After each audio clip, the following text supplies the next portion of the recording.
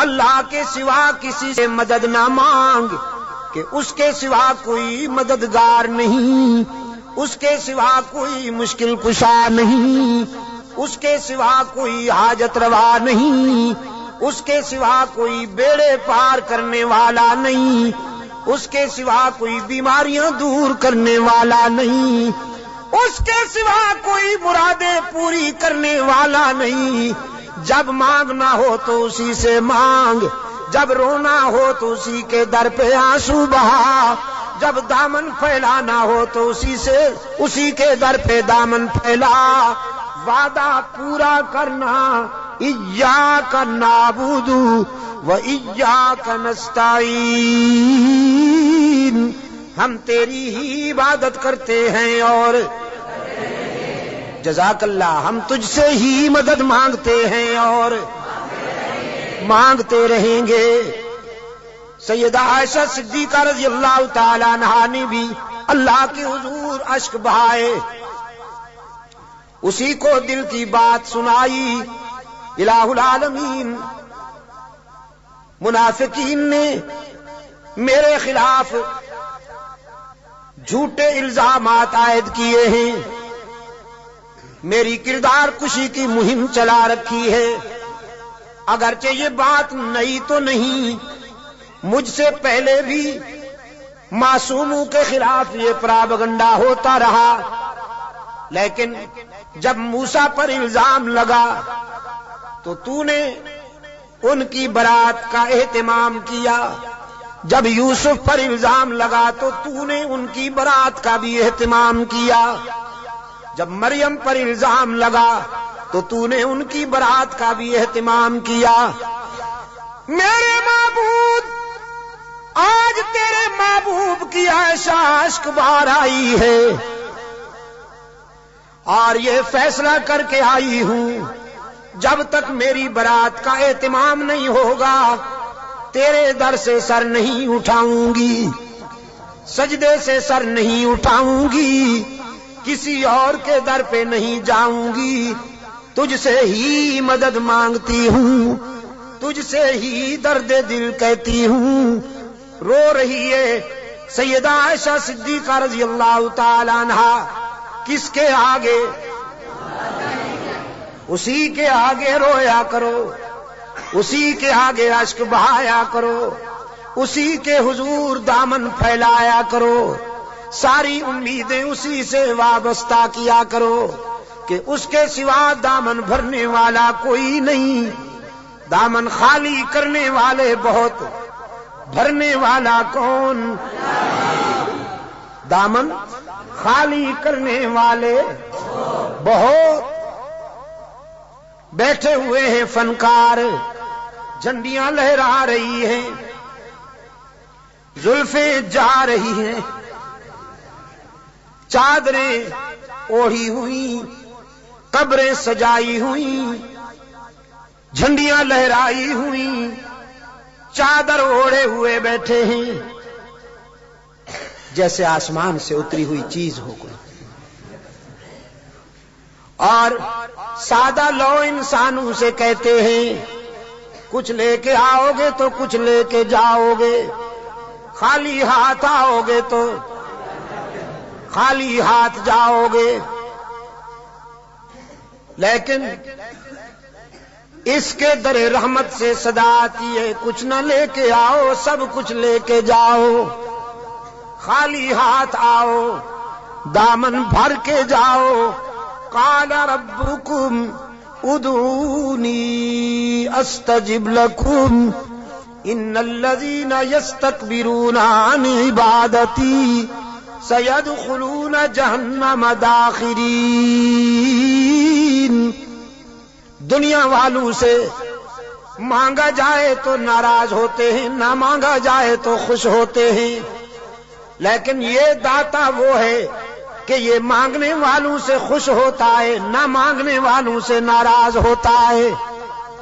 ان الذین یستکبرون عن عبادتی، یہاں مفسرین نے لکھا ہے عبادتی سے مراد ہے جو مجھے پکارنے میں گریز کرتے ہیں، کیونکہ پکارنا عبادت ہے، پکارنا پیرا مدد کر، شرک کی تس، کہ کی تس شرک کی تس، کیونکہ پکار عبادت ہے، پکار قال ربکم ادعونی استجب لکم، تمہارا رب کہتا ہے مجھے پکارا کرو میں تمہاری دعاؤں کو قبول کرنے والا ہوں، ادعونی استجب لکم، مجھے پکارا کرو میں تمہاری دعاؤں کو قبول کرنے والا ہوں، ادعونی ان الذین یستکبرون عن عبادتی، یقیناً وہ لوگ جو مجھے پکارنے میں گریز کرتے ہیں، مجھ سے مانگنے میں گریز کرتے ہیں، سیدخلون جہنم داخرین، ذلیل ہو کر منہ کے بل گھسیٹ کر جہنم میں ڈالا جائے گا انہیں۔ تو کسے پکارا جائے مشکلات میں؟ قادر کو یا عبد القادر کو؟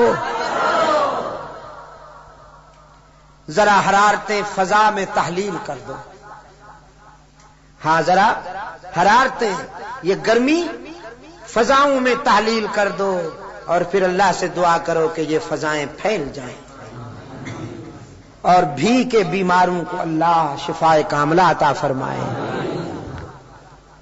مشکلات میں کام آنے والا کون؟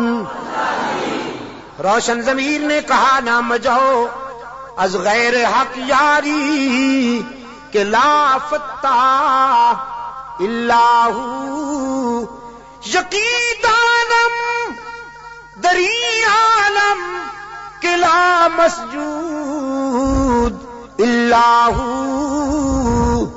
ولا معبود فی الکونین لا موجود اللہ، کوئی مانے یا نہ مانے لیکن میرا تو ایمان ہے کہ اس کے سوا پوری کائنات میں کوئی مسجود نہیں، اس کے سوا پوری کائنات میں کوئی مسجود، نبی مسجود، رسول مسجود، تو پھر کاما والی سرکار کیسے مسجود ہو گئی؟ سبحان اللہ۔ قرآن کریم میں جگہ جگہ پر فکر انسانی کو متوجہ کیا گیا ہے کہ نیاز مندیاں، اپنی جبین کی نیاز مندیاں اللہ کے لیے وقف کرنی ہوں گی۔ فرمایا لعن اللہ الیہود والنصارى، اللہ کے رسول صلی اللہ علیہ وسلم نے فرمایا یہودیوں پر، نصرانیوں پر اللہ کی لعنت۔ کیوں؟ اتخذوا قبور انبیائہم مساجدا، کہ انہوں نے نبیوں کی قبروں کو سجدہ گاہ بنا دیا۔ نبی کی شان زیادہ ہوتی ہے یا ولی کی؟ نبی کی شان زیادہ ہے نا ولی سے۔ جو نبیوں کی قبروں کا سجدہ کریں ان پر تو اللہ کے رسول نے لعنت بھیجی ہے، اور جو ولیوں کی قبروں کو سجدہ گاہ بنا لیں ان پر، ہاں جزاک اللہ، یہی بات ہے، یہ عاشق بنے پھرتے ہیں۔ نبیوں اور رسولوں کی قبروں پر سجدہ کرنے والے ملعون، تو ولیوں کی قبروں پر سجدہ کرنے والے ڈبل ملعون۔ ڈبل ملعون نا؟ ڈب، اچھا ٹریبل۔ انسانی جبین کی عاجزیوں کے لیے حقیقی مسجود کون؟ ہر جگہ موجود کون؟ معبود کون؟ کارساز و دستگیر کون؟ حاجت روا و مشکل کشا کون؟ سیدہ عائشہ صدیقہ رضی اللہ تعالی عنہا نے آنسو بہائے ہیں اللہ کے در پر، درد دل سنایا ہے علیم بذات الصدور کو۔ سورہ نور آئی، قلب رسول پر وحی کی صداقت چمکی، فرمایا الخبیثات للخبیثین والخبیثون للخبیثات والطیبات للطیبین والطیبون للطیبات اولئک مبرؤون مما یقولون لہم مغفرۃ ورزق کریم۔ پاک باز بیویاں پاک باز شوہروں کے لیے، گندی بیویاں گندے شوہروں کے لیے، پاک باز شوہر پاک باز بیویوں کے لیے، گندے شوہر گندی بیویوں کے لیے قرآن ہے۔ آپ سمجھے کہ نہیں؟ قرآن اور کلام فطرت ہے یہ۔ اگر اپنی بیوی کو پاک دامن رکھنا چاہتے ہو تو خود بھی پاک دامن رہا کرو، لیکن اگر تم تاڑ جھانک کرو گے تو ادھر بھی سلسلہ شروع ہو جائے گا، تمہیں معلوم ہو یا نہ ہو۔ سمجھے ہو کہ نہیں؟ کلام فطرت ہے نا قرآن کریم۔ قرآن کریم تو راز کی باتیں کہتا ہے، کلام فطرت ہے۔ فرمایا الخبیثات للخبیثین والخبیثون للخبیثات،